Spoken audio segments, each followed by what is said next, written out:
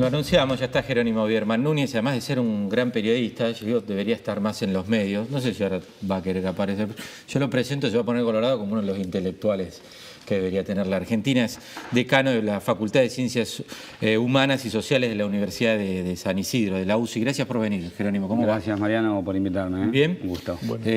Bueno, ¿cómo ves? ¿Cómo ves tanto que se habló acá en estas mesas de economía, política? ¿Cómo ves hoy el escenario político de la Argentina? El escenario político actual, después del triunfo de Cambiemos. ¿Qué primer análisis podés trazar? Yo creo que es un escenario relativamente inédito desde el retorno a la democracia y es un momento en donde tenemos un gobierno con 2 o 3 figuras en términos electorales que no han competido en la última elección, pero que su peso específico en términos políticos le ha permitido que otros candidatos con menor nivel de conocimiento ganen en distritos que hace algún tiempo eran impensados. Y uno podría suponer que cuando ellos jueguen en la próxima elección va a ser difícil que otra fuerza política, salvo algún cataclismo en términos de gestión, pueda ser competitivo en términos electorales, más por el sistema electoral que tenemos nosotros. Nosotros tenemos un sistema electoral por decirlo de alguna manera, o definirlo de balotaje incompleto, en donde podrían alcanzar hasta solo el 40% de los votos para ganar una elección en primera vuelta, si se sacan 10 puntos de diferencia, con una oposición fragmentada. La impresión que da es que de acá a 2 años vista, jugando Macri, jugando Vidal, jugando Larreta en la Ciudad de Buenos Aires, con algunas figuras nuevas en el conurbano, algunos gobernadores, lo que es la presencia de Cambiemos en la provincia de Córdoba y en Santa Fe, probablemente con mayor competitividad que en la última elección en términos del Ejecutivo. La impresión que da es que estamos en un escenario relativamente previsible, ya no de acá a 2 años, sino de acá a 6 años. Lo cual me parece que es interesante porque abre la puerta a distintos debates que ojalá se puedan producir, que en la Argentina solemos decir que estamos habitualmente en campaña electoral continua. Sí. A mí me da la impresión que estamos ahora abriendo un espacio en donde vamos a ir a campaña electoral, pero con un nivel de previsibilidad mayor. Y me parece que eso es interesante y hay que aprovecharlo para plantear debates más de fondo. En un momento muy difícil o insólito casi para el peronismo, ¿no? El peronismo está en un momento que a mí me hace acordar el radicalismo de la elección del 95, aquella que jugó Masachesi cuando nadie quería ir a perder con Menem. Masachesi, Álvaro, pero Hernández. Bueno, ahí Masachesi dijo, bueno, ¿cuándo voy a tener yo la oportunidad de ser candidato de la Unión Cívica Radical a presidente? Y hizo una elección que hoy, yo diría, un partido, el radicalismo hoy no podría ir a competir con la famosa 17 puntos. La lista, claro, casi 18, la lista 3. Bueno, a mí me parece que el peronismo hoy está mirando la elección digamos, de 2019, imaginando un escenario parecido a aquel en donde va a tener que elegir un candidato en donde probablemente vaya a una derrota con el gobierno de Cambiemos, si no cambiaran demasiado las cosas en términos de gestión. Y claro, la pregunta es, ahí aparecen nombres como el de Sergio Uñac, aparece como incluso suenan nombres como el de Mansur, el de Urtubey, pero yo estuve en San Juan hace algún tiempito y preguntaba por la figura de Uñac, y Uñac dice, sí, me tientan, pero en realidad me tientan porque están buscando un candidato para ir a perder con Macri en el 2019, que no cuenten conmigo porque yo quiero ser candidato en serio. Entonces el peronismo va a estar en un momento también interesante para observar, un poco en la búsqueda de la renovación interna, pero también sabiendo que tiene un escenario electoral muy complejo por delante. Claro, claro. Jerónimo, veo por una parte que sufrimos desde hace muchos años un hiperpersonalismo en nuestro país, ¿no? O sea, marcado por distintos partidos políticos. Y por otra parte veo una falta de madurez cívica. Y hay un choque ahí, no sé vos cómo lo ves.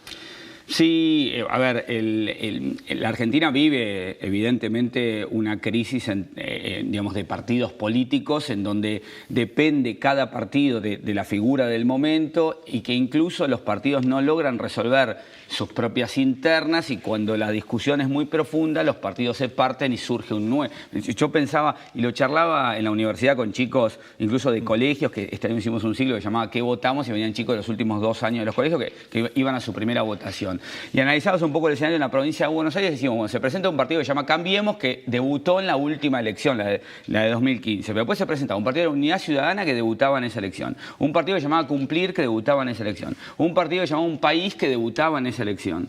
Entonces, evidentemente eso muestra que los partidos son se ha dicho muchas veces, pero son una suerte de cáscaras vacías que se adaptan a la necesidad electoral del momento. Digamos, eso evidentemente pasa en la Argentina. Después, respecto de la cuestión digamos, del civismo, yo creo que hay una cosa que tiene que ver con nuestra esencia, que es la escasa participación ciudadana. Vamos a votar cada 2 años. Tenemos voto obligatorio, pero nuestras tasas electorales son bastante parecidas a los países no obligatorios, incluso a veces por debajo. No, como lo de Chile, no. Lo de Chile fue terrible, ¿eh? No. Fue fuerte. Sí, Ni siquiera como Norteamérica, porque la forma de votar se dio cuenta que también no hubo una participación masiva. Sí, bueno, y eso tiene que ver, me parece, un poco con el desaliento. Yo creo que evidentemente nos falta cultura cívica, nos falta cultura de participación. Participar no es solo ir a votar, sino es en la vida cotidiana. Hay muchas carreteras para expresar la participación ciudadana, desde asociaciones vecinales, organizaciones no gubernamentales, el tercer sector. Ahí me parece que evidentemente todavía nos falta mucho, sobre todo si uno se compara con sociedades mucho más desarrolladas donde la participación es más alta. Pero yo te voy a lo contrafáctico ahora. Por ejemplo, estamos viviendo y estamos en horas centrales, digo, porque hoy se está debatiendo en el Senado la posibilidad de tratar una reforma acordada por los gobernadores y por el gobierno nacional, algo inédito desde hace muchísimo tiempo. E inédito también, como lo dijo Delfino recién, que un partido ganador, un gobierno ganador, había convocado a la oposición y al oficialismo para discutir eso. Se llega a un acuerdo y ese acuerdo, primero, es absolutamente criticado con razones entendibles por un sector importante de la masa sindical. Y los propios que acordaron ahora están dudando, con muchos problemas para conseguir los números necesarios. Entonces la gente dice, ¿para qué voy? Claro. Voto si después hacen lo que quieren o por miedo o por el que dirán o porque realmente la situación no cambia.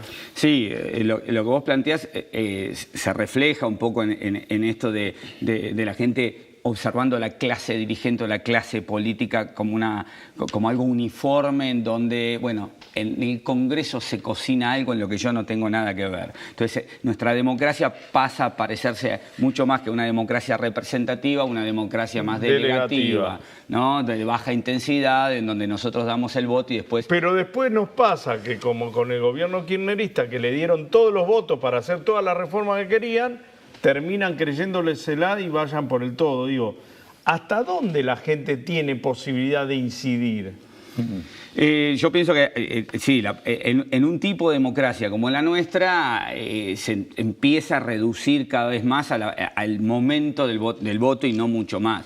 Yo pienso que digamos, si la Argentina avanza a un proceso de mayor cultura cívica, lo que necesariamente... Nos mudamos todos a Uruguay, listo. No. Bueno, Uruguay quizás sea un ejemplo, pero yo lo que digo habitualmente las comparaciones en el caso de Uruguay, por ejemplo, con países muy pequeños donde las problemáticas tienen otro peso específico, es más fácil discutir, más fácil ponerse de acuerdo. La Argentina es un país muy diverso, muy complejo, y eso me parece que en realidad lo que nos plantea es un gran desafío, decir, bueno, ¿cuáles van a ser las políticas de Estado a 20, 30, 50, 80 años, cuando ya no muchos de nosotros no estemos? Eso es hoy pareciera inimaginable. Claro. Ahora, yo lo que planteo es, si en este momento que tenemos una recorrida política por delante, donde pareciera que las tensiones electorales van a ser menores porque la disputa por el poder no va a ser tan intenso, quizá podamos aprovechar para plantear estas políticas más de fondo, ¿no? En donde lo electoral quede un poco relegado. Te quiero aprovechar 2 minutos para preguntarte por los medios hoy, qué pasa en los medios y qué periodistas estamos formando. Entiendo que hace algunos meses, pues me tocó participar, hiciste alguna investigación y qué resultados arrojó. Bueno, yo lo que evidentemente el periodismo está en crisis, la industria periodística tiene un nivel muy complejo en términos de monetización de los medios digitales, llamémosles así, tanto en las versiones donde los medios son solo digitales o incluso los medios tradicionales en sus versiones digitales. Cae a su vez el nivel de facturación digamos, de los medios tradicionales y la pregunta es ¿para dónde vamos? Diarios que hacen canales de televisión que hacen páginas web. Hay un nivel de convergencia muy alto y lo difícil es monetizarlo.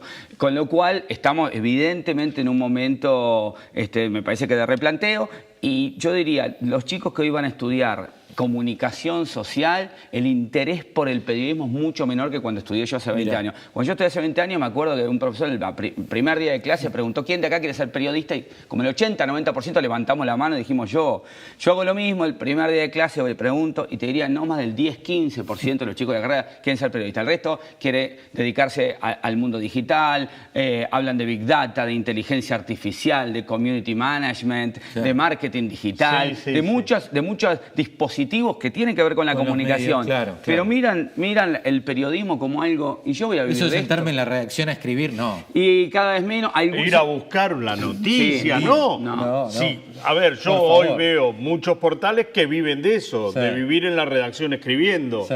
No de ir a buscar la noticia y no la noticia por la que te pautan. Ir a buscar la noticia, punto. Claro.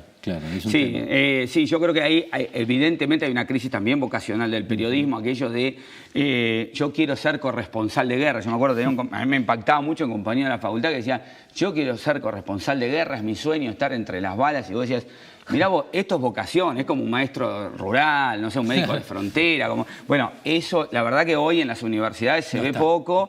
Lo que más hay, me parece, es un interés por el mundo digital, en donde entra el fenómeno de los medios, pero no es, me parece que el tránsito principal para una persona que va a estudiar ahí. Claro, la crisis de los medios de la Argentina de hoy, ¿y qué periodismo estamos haciendo en el país? Bueno, y también es un momento interesante en donde, ¿cuál es el problema de, entre comillas, pongámoslo así, los medios opositores? Y que no se pueden financiar, ¿no? Por un lado, algunos tienen niveles de audiencia razonables, pero tienen un bajo nivel, digamos, nadie, ¿por qué? ¿Porque lo apretan o porque nadie quiere apostar a ese tipo de discurso? Y me parece que es eso. Yo, digamos, iría más por ese camino. Hoy, digamos, el campo de los medios de comunicación depende en gran medida también de toda la estructura, digamos, oficial, llamémosle. Los medios que no tienen eso, les es muy difícil subsistir, sobre todo si tienen estructuras importantes, como puede ser un canal de televisión, una radio, ¿no? Y entonces, ¿qué quedaría? El auspicio privado. El auspicio privado es difícil que mire hoy ese tipo de discursos como interesante para acompañar. Entonces, ¿el resultado cuál es? Medios opositores que van o cerrando o se van achicando cada vez más.